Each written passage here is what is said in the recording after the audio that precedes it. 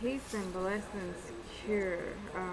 Girl Lishaba. I just finished my Facebook cam workout with Michael. That's a killer. It just shows you that, what showed me that what my personal trainer was doing was kind of little time. I mean, he worked me out sometimes, but usually I would do 10 reps of whatever I did and then move on to the next exercise. Then we do like 3 sets of the 10 reps of everything. Okay. Michael's about to 25, so whatever. Anyway, arms shaking and twitching and all that good stuff, so whatever. And it's my evidence video. Here's my almond butter. Is that actually going the right way? I thought things would be backwards in the camera. Anyway, I'm supposed to be eating 1 jar of this in 24 hours. And I've eaten, it's not a little less than 1/4 of the jar. So, I just want to talk about, I don't know, I just want to talk tonight. If y'all want to listen. About some stuff that I've been reading and thinking about and working on. You know, up until now, I've just accepted that eating whole foods, things from the earth, unprocessed, made a majority raw, is just better for you, without really caring about the science or the structure or literally what's happening in the body. But like now, all of a sudden I have this like big time desire to go into exactly why is it better to eat whole foods, why is it better to eat live foods, what is wrong with the sugar or processed like wheat, and what is wrong with high fructose corn syrup, what's wrong with hydrogenated oils, like why specifically does it cause so much havoc in our bodies? And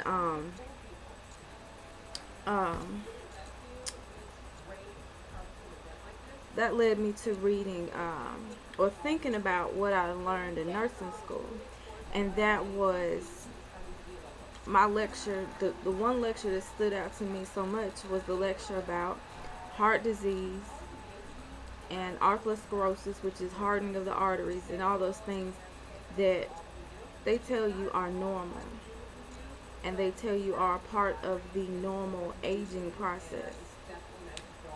I'm here to tell you that is a load of garbage.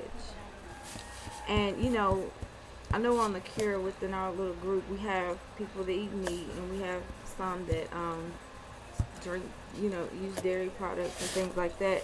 Even though we're all working out and doing healthy things, which is awesome. But what I wanted to point out was why some of us choose to be vegan and not indulge in dairy or meat at all. The answer is, and then the sugar and the processed foods and why we kind of push that. It's always good to do your own research and see it for yourself, but I'm going to kind of give you some heads up on why it's, detrimental. For one, I hear a lot of people, they understand and say, okay, yeah, drinking dairy or eating cheese and things like that is bad, and because it forms mucus. But why do you form mucus? Mucus is like a byproduct of the inflammatory response or the immune system trying to destroy an invader. Anytime, and most people only feel or recognize mucus when it's here in their head, in their sinuses, which are the little pathways where air kind of flows through your head, basically. Because people get with runny noses, congestion, cough, and then you get that what they call the postnasal drip, where it's coming out your sinuses meet back here behind your face. I guess it's the best way to explain it. I'm a real visual person. It's kind of hard to explain stuff sometimes, but back here it drips back down into your throat. And you have that constant cough and that irritation, that tickle in your throat. It's not normal. Those things, we wake up, we make jokes about them. You get eye boogers and you're rubbing them out. You got that thick mucousy crust. It's not normal. Your fluids are supposed to be just that, fluid and flowing. They're not supposed to be thick. Anytime things get thick, thickness means that it's vibrating slower. It's more viscous or thick, like it's comparing like water to nectar to honey to molasses. It's like thicker. And as things get thicker, what do? They get slower. So that's kind of what's starting to happen when you're contributing to if you know anything about like Coumadin, blood thinners, Lovenox, aspirin, all those things are supposed to thin your blood and things.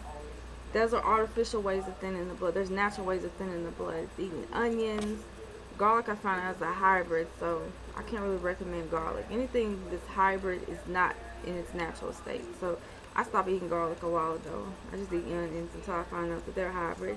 Trying to cut out all the hybrids in my diet. But anyway, the point is you eat certain things and the body mounts a response. You have this continuous hardening of everything. A good example would be if you cut yourself. It's kind of like scar tissue. You cut yourself, you get that scab, and it's an injury, and what happens is, it repairs itself, but it's not exactly like it was in the beginning. It's a different kind of tissue. It's not the original tissue. And your skin, it renews itself almost daily, by sloughing it off, and you can speed up the process by dry brushing it, which I do all the time. But it's scar tissue. On the inside of your body, you can get injuries, scar tissue, and things like that too from constant assault. The difference is we can't see what's going on the inside of our bodies. We don't see that constant assault. When you eat things like white refined sugar, you eat genetically modified foods, and that's something that a lot of people don't think about. Genetically modified foods, the body does not recognize it as food because it's not in its natural form. So what happens is it goes in the body says, what the heck is this? It sends in all what we call mediators, different chemical messengers that send out different cells that go there, cytokines and white blood cells and macrophages and all these different things, and they go and they attack the invader. What I'm thinking is, and I think this is what I read, and like I said, I'm just getting into the science and the technicalities behind everything, but diabetes. I already knew that juvenile diabetes, which is what they say you're born with, and it's genetic, and it's just passed down and inherited from your parents, that's a load of garbage too. The only thing you inherit from your parents is the dairy consumption.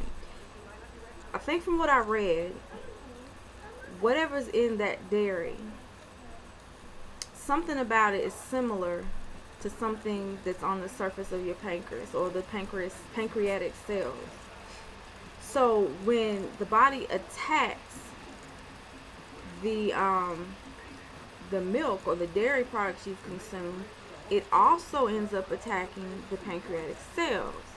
Now, a lot of children now that are born, or babies that are born now, are starting off with Similac, and I don't even know the rest of the name of the artificial or the baby formula that's cow or whey based, cow's milk or whey based or whatever. From newborn to 1 year old, and then as soon as they get off of that, what do? They go into the whole milk or the 2% milk or the skim milk or whatever. Now, your body's been assaulted and attacked by this foreign invader from babyhood to infanthood to toddlerhood and all that good stuff. And juvenile diabetes, babies aren't born with diabetes. The onset of juvenile diabetes is around age 9. Every patient that I've talked to has type 1 diabetes, which is what juvenile diabetes is. They didn't have it from birth. You know, they started having symptoms, which is being really thirsty, peeing a lot, and being really, really hungry because the nutrients cannot get into the cell because the insulin's not there to unlock the cell so the nutrients can get inside the cell and do what they do. So they start having these symptoms. They go to the doctor runs a test. Oh, your blood sugar's high. You have juvenile diabetes. So it doesn't come, it's not from the womb. I've never heard of a case from the womb. I just did some reading, and the typical onset is 9. I've never heard of a baby with or a newborn with diabetes. So if anybody knows about one, let me know and I can look into that and figure that out. But basically, you're destroying your pancreatic cells because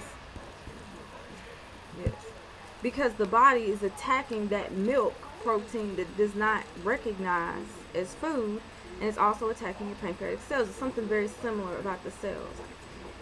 So that's where diabetes comes from.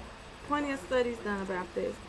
And of course they're going to squash, the dairy companies are going to squash that evidence. They don't want to hear that.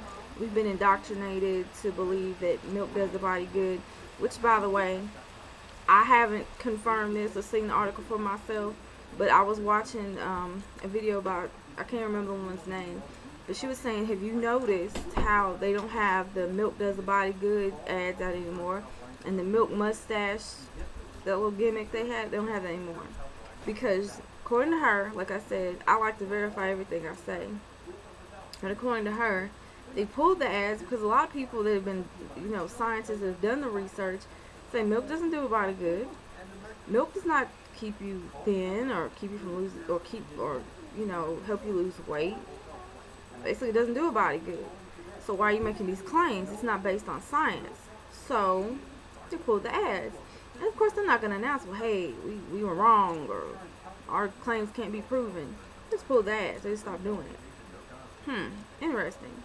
So that's the deal with diabetes. And it's all inflammation. It's all your immune system attacking your own body because you're putting foreign things in there.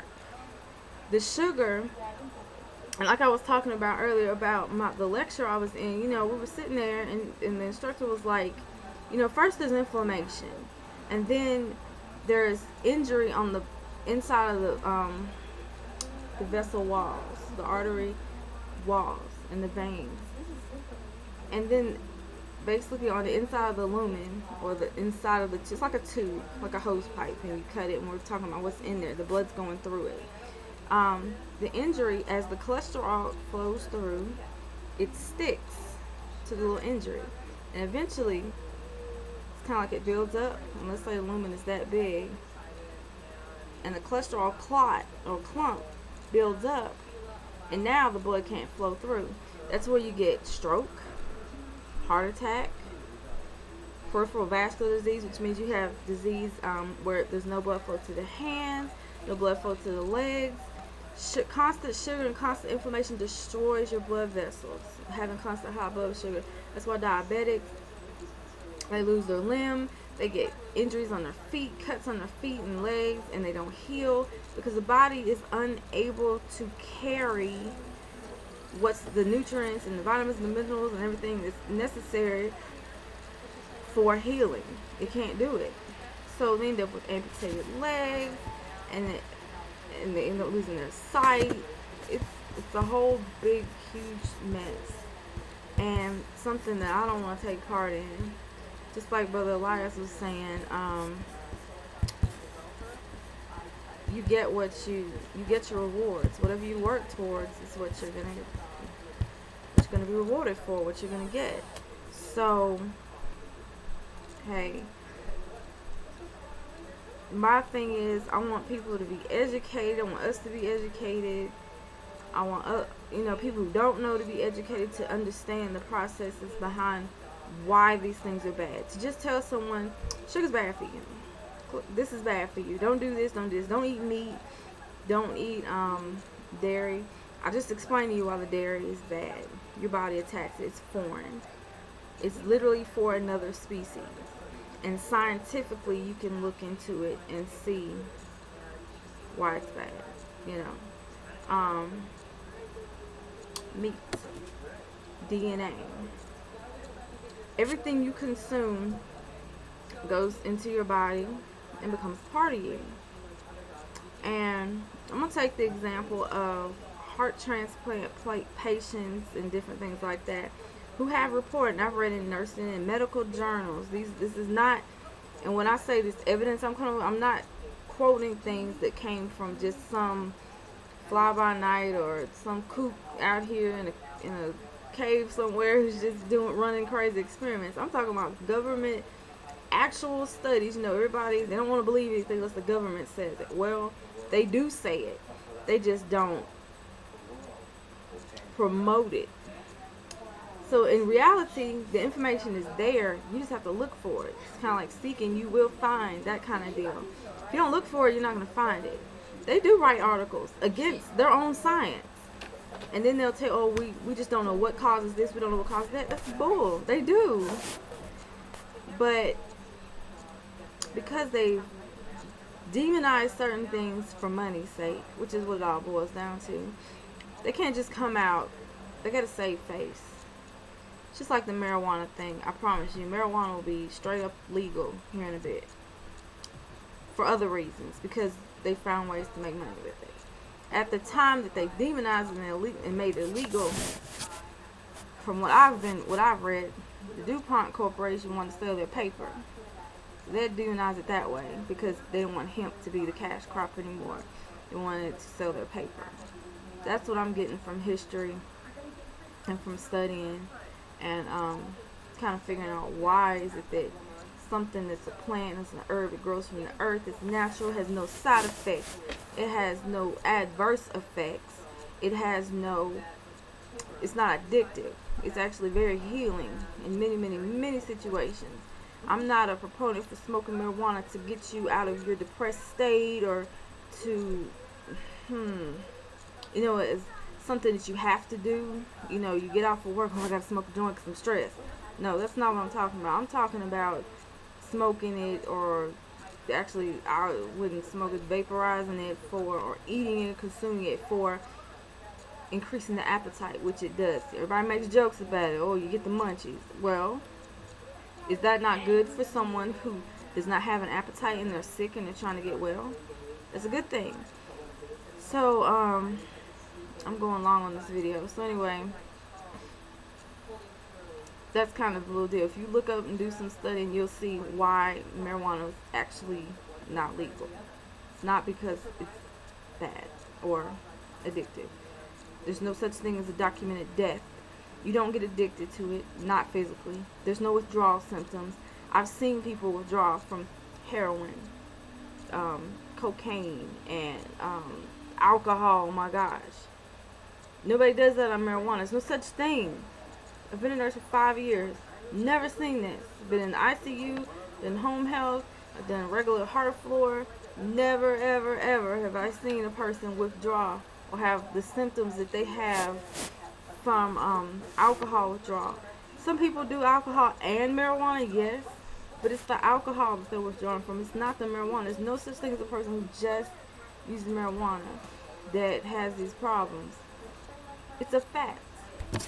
Look it up. So, I guess I was going on. So I got these 2 books. I'm into this book. I was already reading it. I actually bought this book and it's the one I was telling Deidre about. I actually bought this book from one of my patient's grandmothers, and she passed chemo, radiation. She was older. She was probably 60 something. That's the formula for you're not going to make it if you take chemo. She was up and walking around just fine. Yes, she had the diagnosis of, yes, you have cancer cells in your body, but she didn't start declining until she started taking the chemo. Think about that. I also bought this book, Wheat Belly. This one talks about the genetically modified wheat that they're producing in our country now that the body does not recognize as food, and that is where you get celiac disease and irritable bowel syndrome. There's no such thing. And when I say there's no such thing, naturally, I want to say organically, might not be the right word, but naturally, there's no such thing as celiac disease. It's not something that's just there. It is a caused disease. You are the cause. I love the way he put it in this book, Dr. Brantley. You're the cause and you're the cure. Just like the Bible says.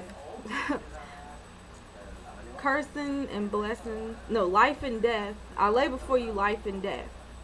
Choose. That's how it is every day, all day. You have life in one hand and death in the other. You just choose. You are the cause, you are the cure. So, like I said, I'm running long, 20 minutes now. I might make another video later going into detail. Let's talk about this family, because seriously, this stuff is getting out of hand. For those that see, for those that understand, those that want to know more, there's plenty of information out there about rebalancing your system and detoxing and protecting yourself from all this crap that they're putting in the food and doing this and doing that. It's just all about being whole and being balanced and understanding how your body works. So, with that, like I said, going long. Peace and blessings, y'all.